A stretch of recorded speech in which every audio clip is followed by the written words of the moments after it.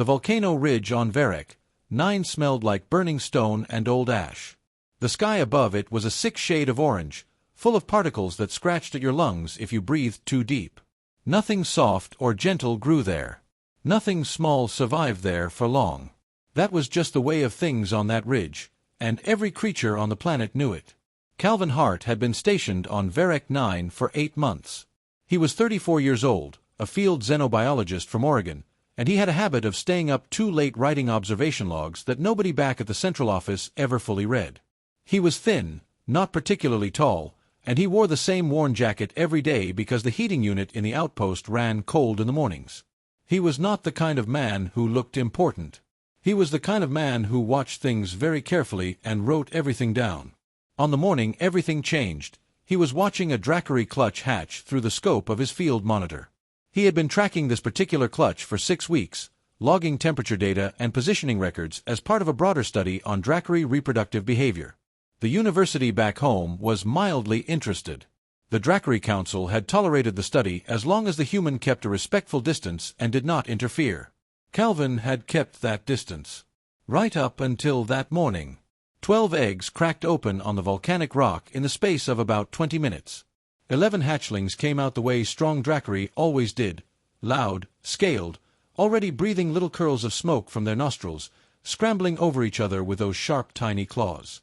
They were beautiful in a raw, dangerous way. Even through the scope Calvin felt the pull of watching something ancient and alive doing exactly what it was built to do. The 12th hatchling came out last. It was small. Not just newborn small, but genuinely, noticeably small compared to the others. Its scales were pale, almost white, instead of the dark gray or deep amber of its clutchmates. Its left wing membrane had a crack running through it from the joint down, thin as a hairline but clearly there. It crawled out of the shell slowly, blinked in the orange light, and sat very still while the others moved and pushed and made noise all around it. Calvin watched the elder Drackery, a massive ancient creature named Sorvok, circle the clutch. Sorvok moved with the slow deliberateness of something that had been alive for 3,000 years and had done this exact thing many times before. He looked at each hatchling in turn. When he reached the pale one, he paused for just a moment. Then he moved on and began leading the clutch away from the ridge without looking back. The pale hatchling stayed where it was. It did not call out. It did not follow. It simply sat on the volcanic rock as the rest of its family disappeared into the ash-filled air, and it blinked its gold-rimmed eyes slowly, and it breathed. Calvin lowered his scope. He sat with what he had just seen for about 30 seconds. Then he reached for his radio. His outpost partner, Dana Wiley, picked up on the second ring. Dana was 29, a communications specialist from Georgia who had a very calm voice and an excellent ability to explain complicated problems simply. She was also the person responsible for making sure Calvin did not do things that violated the non-interference protocols they had both signed with the Drackery Council. Calvin told her what he was seeing. The hatchling, alone. The dropping temperature. The ash in the air thickening as the wind shifted from the north. Dana was quiet for a moment. Then she said, "Do not go down there." She said it carefully. She explained that this was a Drackery cultural matter, that the abandonment of weak offspring was a documented and respected tradition within their society, that the protocols they had signed were very clear, and that if Calvin violated those protocols it would affect not just his posting but the entire research team's relationship with the Drackery Council for years to come. Calvin listened to all of it. Every word. He did not interrupt. Then he set the radio down on the rock beside him, picked up his thermal kit, and walked down the ridge. The wind was sharp against his face. The ash tasted like metal on the back of his tongue. He climbed down the rocky slope carefully, one hand on the stone face beside him, until he reached the flat section of ridge where the clutch had hatched. The broken shells were still there, cracked open and scattered across the dark rock. In the middle of them, still in the same spot, was the pale hatchling. Up close, it was barely the size of a large dog. Calvin had seen photographs of Drackery hatchlings in the research files, but photographs did not prepare you for how fragile a newborn felt even when it was covered in scales. The creature's sides moved with shallow, fast breathing. Its pale claws scraped weakly at the rock beneath it. The gold-rimmed eyes looked up at Calvin without panic, without aggression, just a slow, tired kind of looking that made his chest feel tight in a way he did not have good words for. He crouched down. He moved slowly, the way he always moved around creatures he did not want to frighten. He opened the thermal kit and shook out the blanket inside, a silver-foil emergency wrap, the kind designed for injured field researchers in cold climates. He wrapped it around the hatchling as carefully as he could. Then he tucked the small creature against his chest, inside his jacket, where his body heat could reach it. The hatchling made no sound. It did not bite him or scratch him. It just pressed its cold, pale face against his collarbone and breathed. Calvin climbed back up the ridge. Back at the outpost, Dana was standing at the door. She looked at what he was carrying. Her expression went through several things in about 3 seconds before settling into something that was not quite disapproval and not quite surrender. She stepped aside to let him in. Calvin set the hatchling down near the heating unit in the corner of the main room. The little creature curled against the warmth and its breathing slowed and steadied. Calvin was already pulling up the xenobiology database on his tablet, searching for dietary requirements for newborn Dracari, looking at thermal tolerance ranges, opening a new log file. Dana watched him for a moment from across the room. Then she said, "Sorvok is going to find out." Calvin did not look up from his tablet. He said, "Then I guess he will find out." The hatchling made a small sound against the heating unit. Something between a breath and a note. Neither of them had a word for it. Calvin wrote it down anyway. 6 weeks passed on Verek 9. The ash kept falling. The wind kept cutting across the ridge. The orange sky turned purple at night and went back to orange in the morning. And in the corner of a small, cluttered research outpost, a pale Dracari hatchling learned what it meant to be alive. Calvin named him Ash. Not because he thought it was a grand or meaningful name, but because the little creature had crawled out of volcanic ash and kept breathing when nothing about that place said he should. It was a simple name. It fit a simple fact. Ash seemed unbothered by it either way. The first 3 days were hard. Calvin had to build a feeding solution from scratch using the xenobiology database, cross-referencing mineral content in volcanic soil samples with what the file said newborn Dracari required in their first weeks. The database did not have a section specifically for premature or undersized hatchlings, so Calvin had to guess at the adjustments, log his guesses, and correct them based on how Ash responded. He slept in short intervals, set alarms on his wrist unit every 2 hours, and kept the heating unit running at full capacity even though it made the outpost uncomfortably warm for humans. Dana complained about the heat exactly once. Then she quietly moved her workstation closer to the window, opened the vent above her desk, and said nothing more about it.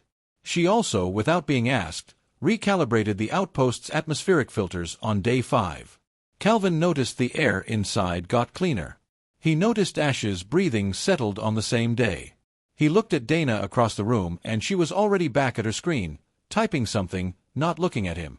He wrote it in his log, "Outpost air quality improved, DW." Ash began to eat properly by the end of week 1. By week 2 he was moving around the enclosure Calvin had built from insulation foam and cargo netting, a padded pen in the corner of the main room that took up more space than was strictly comfortable.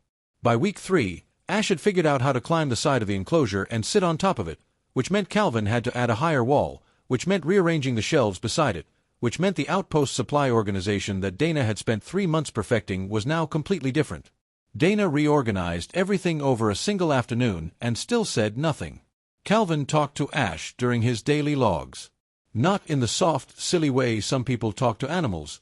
He talked the same way he talked to himself when he was working through a problem. Flat and specific. "We are measuring thermal tolerance today. You are going to sit in the enclosure while I set up the sensors. Do not knock the sensor array over again." Ash would listen to this with his head tilted at a slight angle and his gold-rimmed eyes following Calvin's hands, and then he would either do roughly what Calvin described or he would do something completely different for reasons that were not yet clear. The not yet clear part was what interested Calvin most. He began logging Ash's behavioral responses in a separate file from the standard care notes. The hatchling made a small but distinct set of sounds, and over the weeks Calvin started matching sounds to situations with enough consistency that he was fairly sure they were not random. A low clicking sound happened almost exclusively when Ash was watching something move that he could not reach. A higher, softer sound happened when Calvin came back into the room after being gone for more than an hour. A sound Calvin had no good description for, something between a breath and a note, happened mostly in the evenings, when the outpost was quiet. Calvin labeled that last one in his log as Sound Category Pending. In week 4, the outpost received a visitor. His name was Verith, and he was a Dracari liaison assigned to monitor the human research team, younger than Sorvok by several centuries, with copper-colored scales and a careful measuring way of looking at things. He arrived with no advance notice, which was standard for Dracari Council representatives, and Calvin met him at the door and offered him water, which Dracari did not drink, and then felt slightly foolish about it. The inspection was routine until Verith walked past the main room doorway and stopped.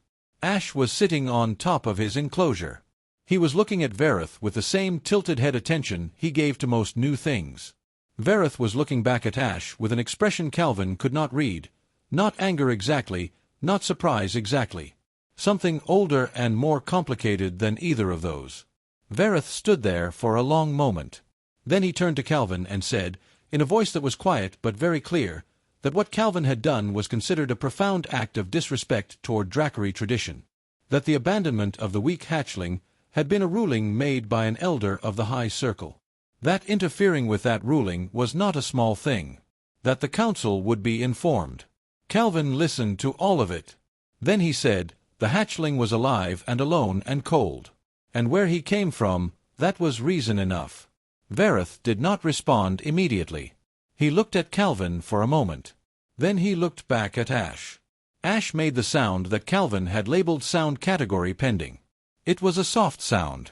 Not aggressive. Not frightened. Just present. Like something simply noting that it was there and that this moment was happening and that it saw everything clearly. Verith was quiet for what felt like a long time. Then he turned and walked back toward the door without another word. Calvin followed him out. Verith did not say goodbye in the Dracari way, which involved a formal phrase about the strength of lineage. He just left. Calvin stood outside and watched him go and then went back inside. Dana asked what Verith had said. Calvin told her. Dana was quiet. Then she started pulling up documents on her terminal. The non-interference protocols, the research team charter, the original agreement between the university and the Dracari Council. 12 days later, a formal summons arrived. Calvin Hart was to appear before the High Circle of the Dracari Elder Council within 10 days. The summons listed Sorvok by name. It listed the specific act of interference. It was written in formal Dracari script with a translation attached, and the translation was very precise, which meant whoever had prepared it wanted Calvin to understand every word.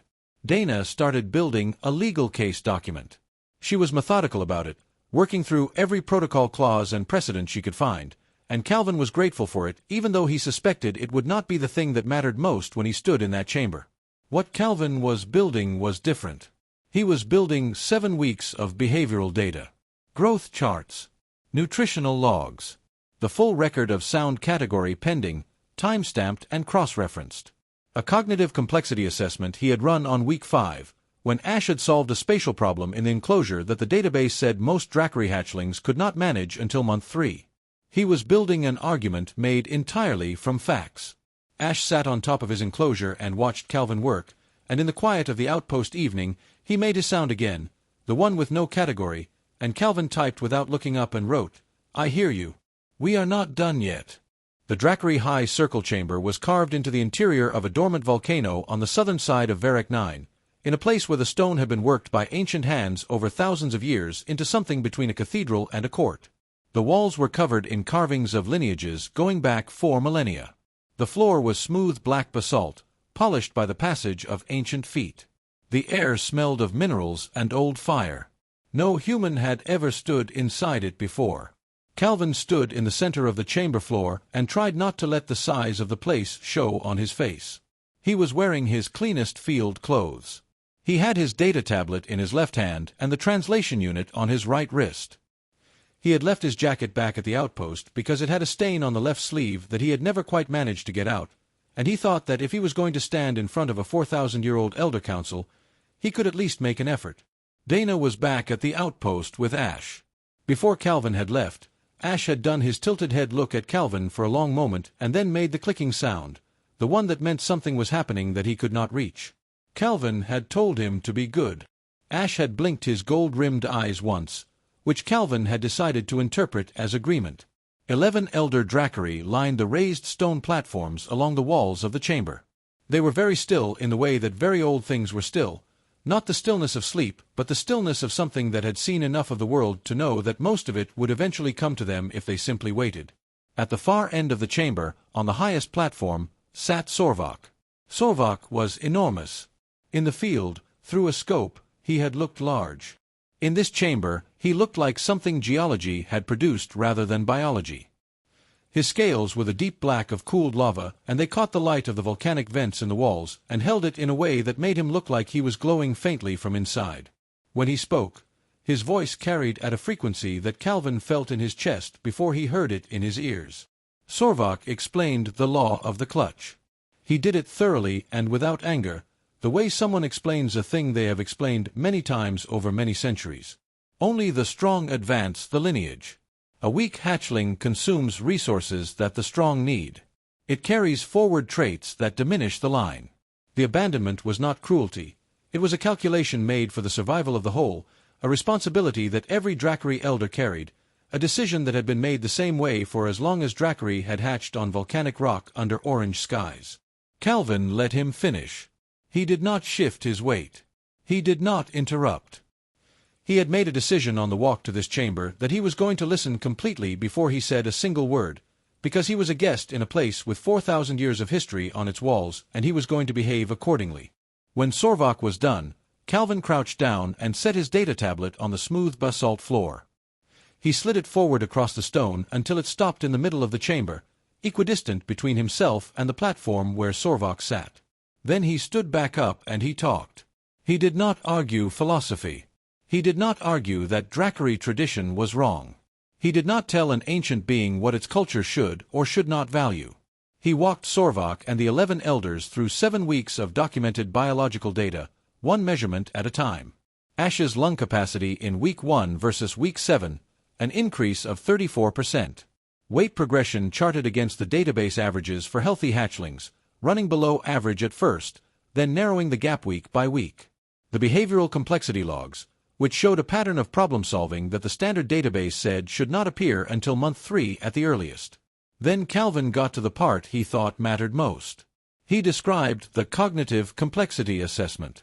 He described what Ash had done on day 31 in the enclosure, how a standard spatial navigation problem had been set up, how most hatchlings in the database solved it through direct physical force, and how Ash had sat very still for 6 minutes and then gone around the problem at an angle that the database had no previous record of a hatchling attempting. He said he was not a Dracari scholar. He was not going to tell them what that meant inside their own tradition. But he was telling them what he had measured.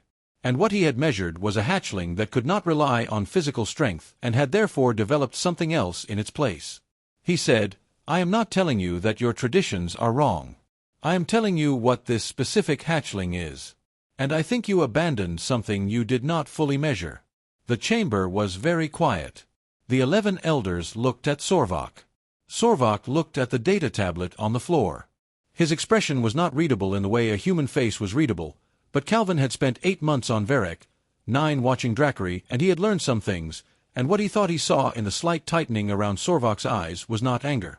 It was something more complicated. Sorvok said, "And if the human's assessment is wrong? If the hatchling fails?"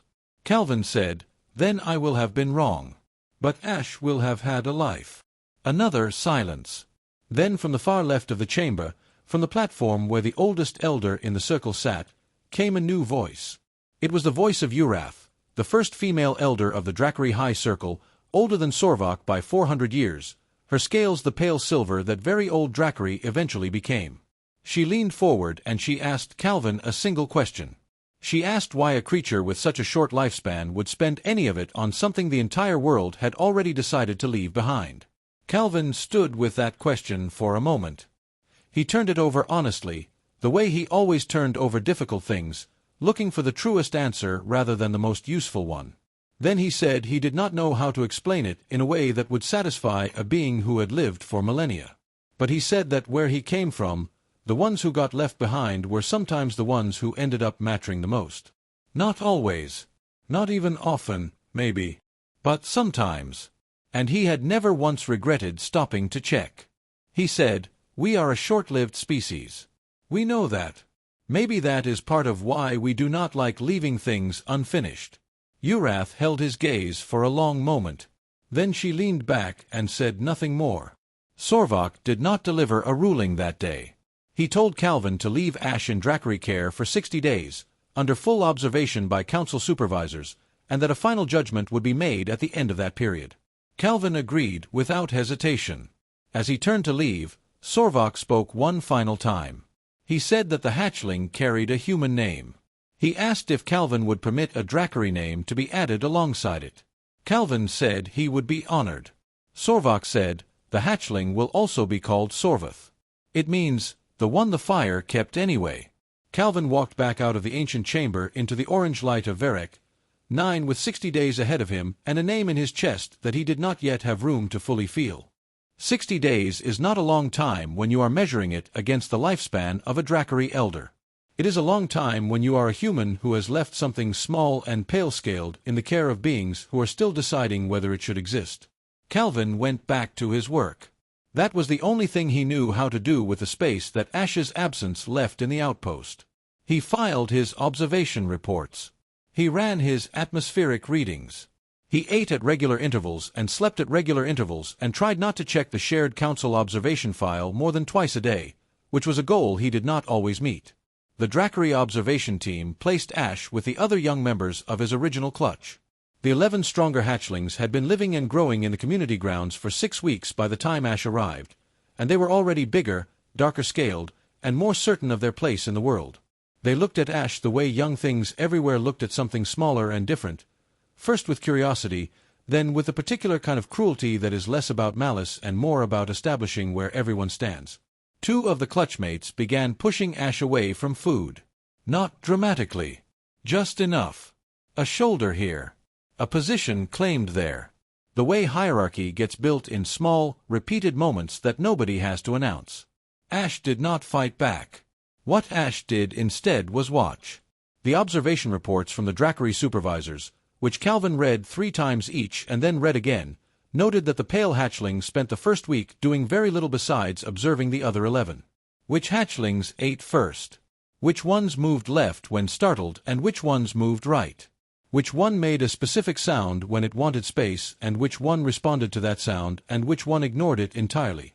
By the end of week 2, Ash had shifted its position in the group without anyone apparently noticing. It was no longer eating last. It was not eating first either. It had found a middle position, timed to a moment when the 2 hatchlings who had been pushing it away were occupied with each other. It had found the gap. The Dracary supervisors filed a note at the end of week 2 that said, Behavioral navigation observed. Unusual methodology. Continuing observation. Back at the outpost, Dana read the note over Calvin's shoulder and said that sounded like something Calvin would do. Calvin told her that was probably the nicest thing she had ever said to him. Dana went back to her desk. The days moved the way days move when you are waiting for something. Slowly and then all at once. Calvin kept his logs. He went out to the ridge twice a week for his standard observation runs and looked at the volcanic landscape and sometimes caught himself thinking about a pale face pressed against his collarbone in the cold ash-thick air of an early morning. He did not write that part in the logs. Dana caught him one evening sitting in front of the blank space where Ash's enclosure had been. The foam padding and cargo netting were folded against the wall. He had not taken them apart. Dana sat down next to him and did not say anything useful or unhelpful. She just put a cup of coffee next to his hand and sat there. After a while Calvin told her he kept thinking about what Urath had asked him. About why? Dana said she thought Urath already knew the answer. She said she thought Urath had asked the question because she wanted to see if Calvin did. Calvin thought about that for a long time after Dana went to bed. On day 44, a thermal vent beneath the community grounds shifted. It happened in the late afternoon, when the orange sky was going toward its evening purple and the temperature on the ridge was dropping. A section of volcanic rock gave way along a fault line that the geological surveys had not flagged as unstable. The collapse was fast, loud and fast, the way geological things always were, and when the stone settled, 3 of the 11 clutchmates were on the wrong side of a new wall of broken rock, cut off from the main grounds. The Dracary adults responded immediately. They began assessing the debris from the larger side, looking for the best approach. The fallen rock was heavy and dense, and the angle was difficult. It was going to take time. Nobody watched Ash move. The pale hatchling was the smallest thing on those grounds. It was the lightest. Its damaged wing membrane meant it could not fly or glide, but it meant its profile was also narrower on the left side. There was a gap in the collapsed rock. Not large, barely visible, the kind of opening that anything with normal wingspan would not be able to use, and Ash went through it. The observation report from Vareth, who happened to be on site that afternoon, described what happened next in careful and precise language.